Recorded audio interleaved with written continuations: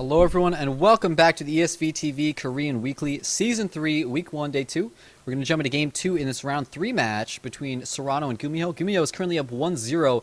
He played just absolutely brilliantly in that last PVT, and you know what? That's like the first macro game we've seen on that map, and what a macro game it was. I think that the game alone just kind of really showcased already positionally how developed that map is. Just in terms of the players posturing around and looking for places to engage, but not being able to.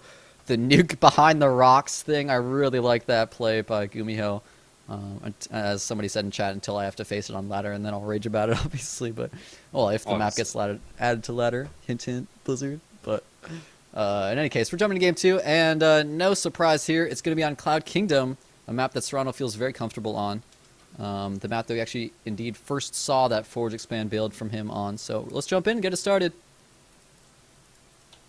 Here it is, guys. Game 2 in this best of 3 between GUMiHo in the 7 o'clock position, the Code S Terran representing FX Open Esports with that 1-0 advantage against his opponent in the 1 o'clock position. Serrano, our purple Protoss, representing Team SCV Life. He certainly played very, very, very well in that last game, just not quite well enough because, I mean, let's face it, in that last game, there were some scary moments when, you know, GUMiHo could have hit with timings, and Serrano was trying to take bases, and he was playing just a little bit risky, but he pulled it off, and he never just made, like, huge mistakes and just engaged in bad places or something like that. He just didn't quite have what it took to win that last big engagement. Yeah, it was always like a paper-thin margin, but he just kind of squeezed through. I'm really going to have to go and double-check that replay with what happened with the Twilight Council, because... Yeah. I don't know, that's bizarre. Yep. But anyway, game number 2, Cloud Kingdom. Do you think we'll see like a proxied second barracks from GUMiHo, or do you think he's not going to do that again? I don't know. I wouldn't be surprised. I wouldn't be surprised to see it from him. It's something he likes to do a lot, and he certainly likes being aggressive. And I think it's something that's becoming more and more standard in the kind of PvP metagame now. The people were like, I'm just going to gas this expand all the time now, you know, now that like 2-Rax was dead and 1-on-1 is starting to get figured out and stuff. But then people are like, wait a minute. If I just kind of 2-Rax, I can still expand. My command center's not really that delayed, maybe like a minute, but you can actually just hard counter it if your Protoss opponent tries to go Nexus first or too greedy of a one-gate expand. It's such a great... Yeah, he's doing it for sure with that SCV moving out in that direction. And I love that move. It's just so intelligent to basically force your opponent's hand like that. Don't let the Protoss play greedy. Yeah, exactly. It's just like, you know, when you go for a gasless expansion as a Terran player, you have to worry about all these different kinds of timings, like Blink Stalker all-ins and any kind of Colossus build, Immortal Bus. But by doing this, yeah, Vorde too, you just kind of get so much more information, and you put the Protoss in kind of the defensive posture. So it just, I just really like it, and I think this is just another example of, you know, Korean Weekly, baby, seeing those the metagame shifts before they really kind of get adopted en masse. And once again here, actually not once again, since I don't think he actually found the second barracks the last game, but he will here. And if this poor SCV doesn't float the correct way, then the barracks might not finish. Oh, it's behind this time. Yeah, by a second. No big deal. But it's a really smart play by Serrano. He actually scouted. He was able to get inside, so he was able to count the SCVs, saw that an SCV was missing, and was like, wait a minute. He checks the natural, checks over here, finds the barracks. Excellent, excellent play by Serrano. If you don't find that, and you don't know for sure, you don't count those SCVs, and you don't know for sure, and you just end up going to drop that Nexus, then you could be in some serious trouble. This game is not trying to drop before the Stalker. He went Zealot. Now he's going into Stalker. Even Chrono boosted it, so... We're seeing just very, very safe play here from Serrano. Now, that should mean that the 2-Rax won't like kill him or do too much damage, but that's all right. GUMiHo already did the indirect damage of delaying the expansion from Serrano. Exactly. He doesn't actually have to go do like literal, actual damage. Exactly. It's kind of the same concept of doing a gateway opening against Zerg. The Zerg player just isn't going to take that third hatchery before gas because it's not safe, right? And then it just changes the whole flow of the game. And we see now his command center going down. Was he aggressive at all? No, but he did what he wanted to do. So just very smart play. Once again, this is not the kind of thing, you know, even like in low masters, honestly, even in high masters, when you try and do some of these fancy stuff, like your opponent just doesn't pick up on it. Yeah. But here, of course, Serrano knows that he has to play safe. So delays his Nexus, but that's on the way too. So just solid stuff. Now, what I'm curious about is GUMiHo going for the double gas right away after throwing down his command center. It's possible I'm just curious to see, like, he is the kind of player who will use tanks and will use Cloak Banshees, delayed Cloak Banshees, so that's definitely something to look out for, too.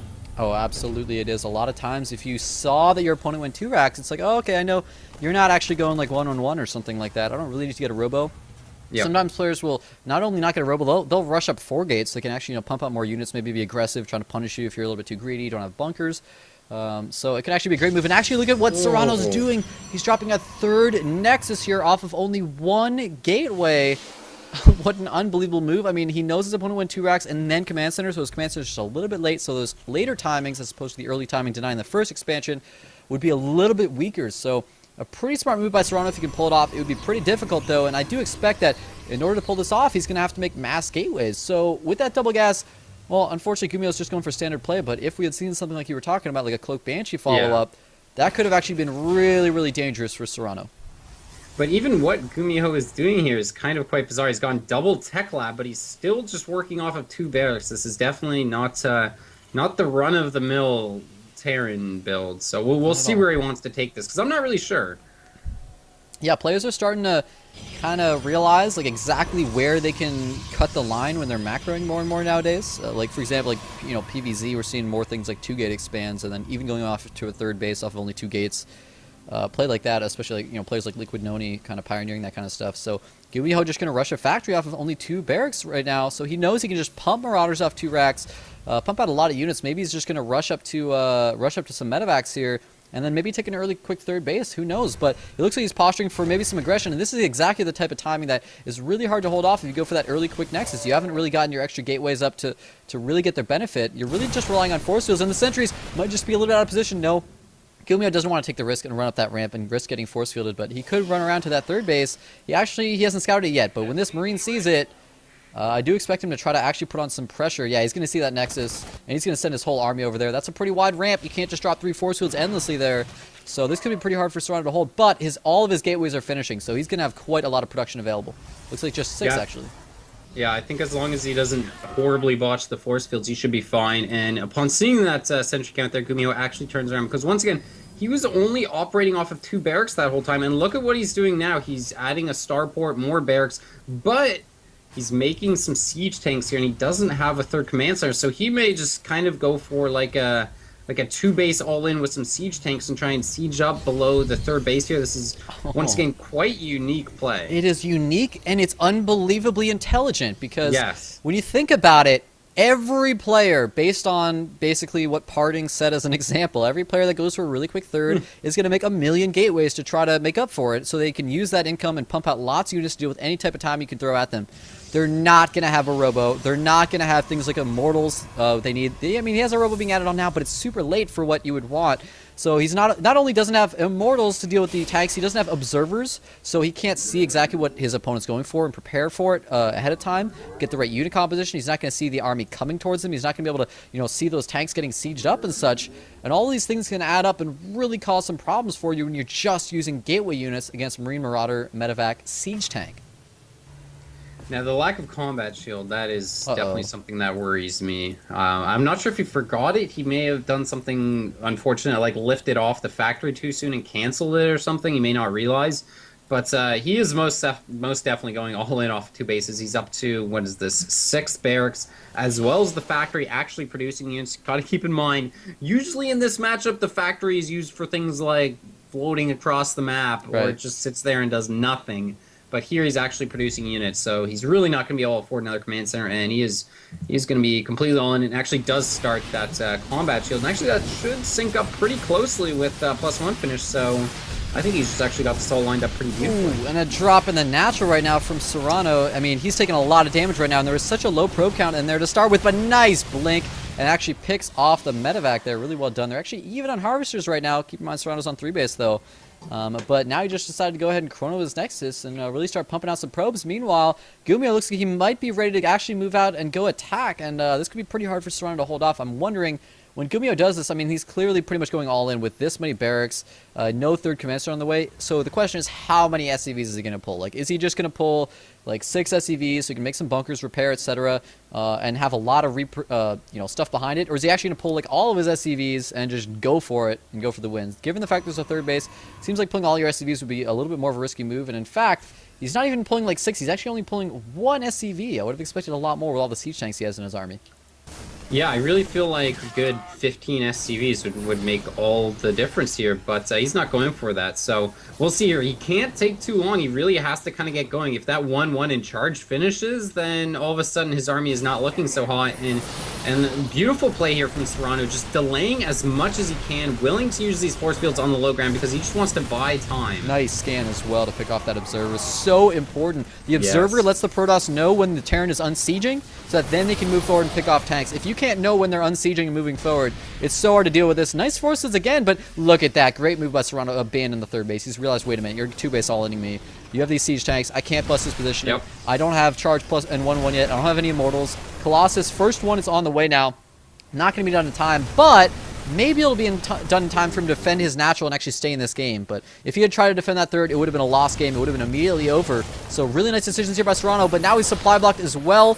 I don't know if he can hold this off, man. It's going to be tough, but charge and 1-1 are done. Maybe with 1 Colossus and all those upgrades, maybe he can make something happen here. Ooh, a nice elevator into the main base, so he does blink up. There is also a Zealot counterattack here happening into the natural. There's basically nothing at home here. A tank just popping out now. But GuMiHo really focused on the aggression here, and this is going to become a bit of a slugfest here. Yeah, this drop's still doing damage. He's got to be careful of those Blink Stalkers are starting to take it out. Although the Medevac doing an excellent job keeping all these units alive. He's starting to move those siege tanks forward. Oh no, the robotics facility gets unpowered. He only had 1 pylon powering it. Nice micro that the natural of GuMiHo keeping that tank alive. Problem is he lost every single one of those SCVs. So he lost 27 SCVs. And oh my god, Serrano's going for it! A small army here. 1 Colossus charge zealots coming in. Guardian Shield helping out a lot, but will it be enough? I don't think so. That's not a lot of zealots. There's too many Marines in here. A lot more back behind his army as well. Maybe if he'd had the Blink Stalkers in that composition, blinking down the cliff, picking off these back siege tanks, maybe that would have worked. But without that, he ended up losing that army quite handily. And actually, GuMiHo, he's not just continuing to move forward with these siege tanks. He's actually going to fall back, which seems shocking given how many SCVs he lost. It just seems like if you try to go into a macro game when you're down that many SCVs, you're just going to lose. But I don't know, man. Mules are pretty strong. Yeah, we'll see. Oh boy, half his army kind of out of position. Okay, actually, Serrano doesn't engage there. That could have been trouble, but now he's got his full army here, and we'll see what he wants to do. If he can just once again leapfrog up, a second Colossus is about to pop out, and that may make the difference. There is no thermal lance, and actually kind of a ballsy move here.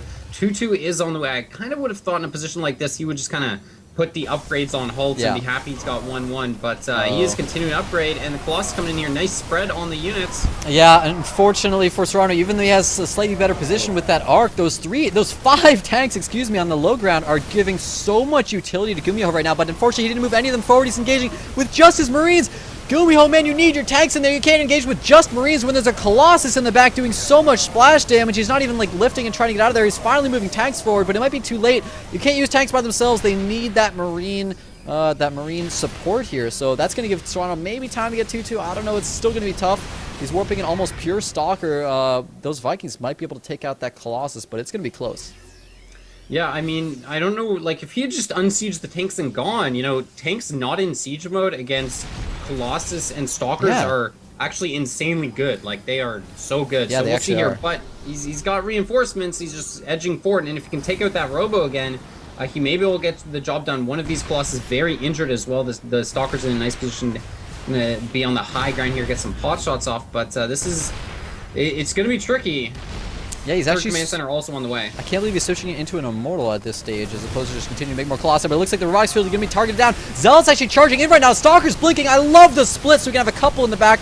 Target firing down those tanks. Will it be enough that the Vikings are taking out the Colossi? He needed to target fire those Vikings, and he did not with the Stalkers, and I think that may have been the move that loses Serrano the game. He desperately needed to keep those Colossi alive, and now all these Stalkers are going to die. There are just way too many Siege Tanks with excellent positioning. GuMiHo even keeping Siege Tanks in the back for Charge Zealots. Just excellently played by GuMiHo, and that should give him a 2-0 victory here.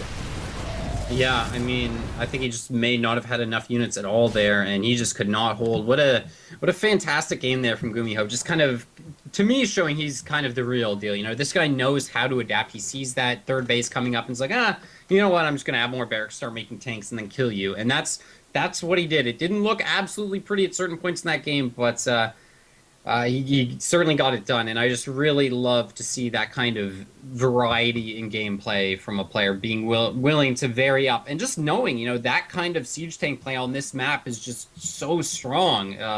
Yeah. Well played. That's what I find so great about it and so intelligent is that siege tanks are one of these things that in TVP, they're in this like kind of flux state where it seems like people don't really know. Nobody really knows, it feels like, when tanks are good and when they're not.